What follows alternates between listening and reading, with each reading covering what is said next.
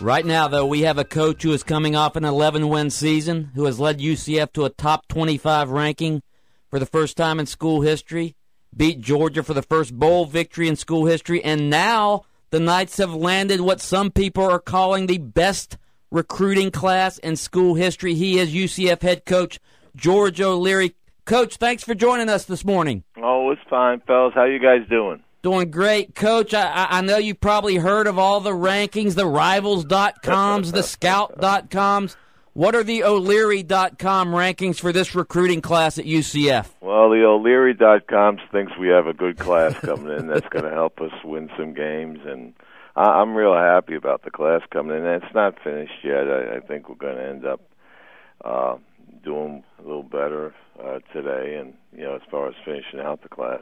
Coach, any news so far on any new letters today that came in, or not presently? But I feel very comfortable about what's out there, and hopefully it works our direction, and they'll just add to the solid class that we have already. And the big thing with the class, Mike, I think we've helped all the positions out that bringing athletes at each of the specific positions, so it worked out well. Coach, I know you don't get into stars and rankings and all that stuff, but a lot of people said last year's class was the best UCF has ever had. Could this one be better? Well, I look at it as far as who's productive as a freshman in a class, and I think obviously with the Jeff Godfrey coming through and some of those young linemen that I thought played in the depth, I think this class will have to go some to beat them. But I think from a talent standpoint and a speed standpoint, I think this class is a notch above last year's class. If I'm not mistaken, you are not a huge fan of signing JUCO players unless they are real studs. You got these two defensive ends, Toby Jackson and Cam Henderson, right, from Texas. I'm just wondering, these guys must really have impressed you for you to go the JUCO route. Well, they did, and they're both kids that we knew about beforehand. I had known Toby from his high school days in Georgia when he was probably the top recruit out of the state, and Cameron was a player that had attended Auburn initially, and basically ended up going to Navarro, but both of them have great length about them, great range about them, and they're especially in the conference we're playing. Everybody's throwing the ball all the time, and you need to have some depth at that position to keep that 8-man rotation. And I thought those guys could come in and help us out right away. Again, Coach, I know there's no star system that you have, but if you had to pick a guy that impressed you the most on tape that you watch, is there one guy out there? Not really. No? I think they all had. I think it's nuts. They send you a highlight tape and you expect to watch bad plays. I mean, that's why I tell the coaches, don't show me a highlight tape. I said, show me a regular game tape. I said, so I can watch it and grade it and stuff. And I think they all send highlight tapes, and they don't send bad plays in highlight tapes. So you're watching that, plays they can make. But I tell you, there's some. I think this class of all the classes I've had come in has a lot more speed than past classes. That's the one thing. It has a little more range too, a little more length to them as far as size. Coach, can you compare the caliber of players you're bringing in today compared to the caliber of players you were able to bring in when you first got to UCF? Is the upgrade remarkable? I think it's remarkable.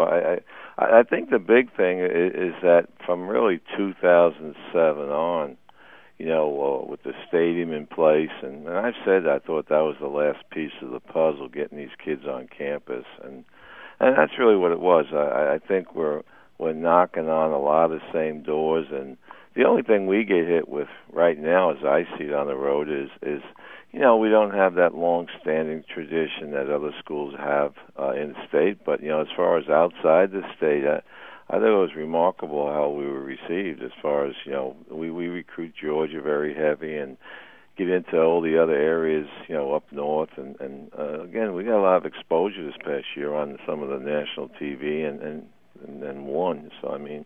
But I thought basically UCF, the marketing that took place through TV and exposure really helped. Coach, I saw a headline yesterday, I believe it was on the Orlando Sentinel website, and it said, Coach O'Leary makes signing day joke and smiles, as if it was the first time you'd ever smiled. Does it ever bother you that you are perceived as gruff when actually you have an excellent sense of humor? Well, I don't know. I smiled because I don't know why I smiled. I wasn't trying to make a joke, so I better go back and read what I said, but I think it had something to do with snow or something, but no, I know perception and reality, I think, are two different things, and, I think at times I am gruff, at times I enjoy a laugh as much as anybody else, and I think probably the times they're seeing me, it's normally a question or after a game that you don't like what took place at the field, and it's hard to smile. I mean, most competitors understand the work that goes in, but I'm glad they noticed the smile at least. So I just go from there. Has Jeff Godfrey helped recruiting? I think he's helped in the South as far as down Miami area because besides being a very poised kid, I think he handles himself very well. One in front of the athletes, but we make a point of getting all the parents to come on the visit with the youngsters. I think that's so important, and I don't like to see a youngster come on campus without his parents because I think the parents really are a major factor in a lot of the decisions, and it's hard to make a decision if they haven't seen the place. And a lot of times if I hear the parents aren't coming, I'm not real high on it because I know that I right away ask, well, what trips did they make? And they usually can tell where their interest lies. Yeah. Did beating Georgia in the bowl game open any doors? Well, I think basically that was the game that, in my opinion, gets you over the hump a little bit as far as it handled a lot of firsts. But I think you got to grow from that and take the momentum, with it. And and as I told the people the other day, we're looking for some type of slogan. I said, keep it simple. It's UCF time because I'm trying to push UCF, and that's how you should be known as UCF, and not on TV Central Florida and all that. Just get it down so everybody's using the same term, and it's time. We need to build on the momentum that's going on, not just the program but the fan base and everybody. And I think that's taken place, and I think people are taking ownership of the stadium and understanding that it's a major plus as far as home games are concerned. Coach, we would be remiss if we didn't ask you, Big East, obviously in the news a lot. Mm-hmm. Do you think USF is trying to block UCF from the Big East? I would hope that, they're not, but I would hope they wouldn't have the power to do that either. I mean, I just think there's more than one team in that conference, and I think that there's a lot of good thinking people in that conference. That I think that when the decisions are made, the right decision will prevail. And I really don't get involved in that, Mike, as far as what USF is doing or not doing. But I know the people I talk to. I think we're thought of very well as far as when the geography changes. That we'll be in a lot of discussions, not just that conference. Coach, has the non-BCS tag really held UCF back in recruiting or not? It hasn't held you back, but when they start all the rankings and all that stuff, they go right to the B. Put it this way: a lot of conferences, as soon as the kid's a BCS qualified school, they start off with, say, if they're ranking and look at those stars, they start off with a 3. I mean, if you visit one Division I school in a lot of these states, they classify you a 3 right away. And and I just don't think that due diligence is done as far as what is a star, what is a 4 or 5 star, but that's why we look at tape. But it's something that doesn't help you with the rankings when you're not a BCS team, because I think that's where they spend most of their time, and rightly so. I think they should. Coach, a big trend and a big controversy in recruiting now is schools that oversign. What are your feelings on that? Is that necessary sometimes or not? I've done it for a long time, and the reason is twofold. One, when I think the people don't understand what gray shirting really is. To me, I mean, we've had 2 last year that we oversigned because they had injuries that were operated on, and I wasn't sure they're going to be here. Mm-hmm. So you always tell them, look, basically, if you're not ready to go, then I'll bring you in January. And the key is you don't want to start their clock while they can't perform. The other ones are academically. They need some more maturing academically and give them a chance to do some extra work academically. And they want to be here and say we want them here. And the January thing just gives them more opportunity and a little better chance of, hey, if you do what you're supposed to do, you have a chance to be here in June. That's how I look at it. Have you found that there are schools out there that abuse the rule?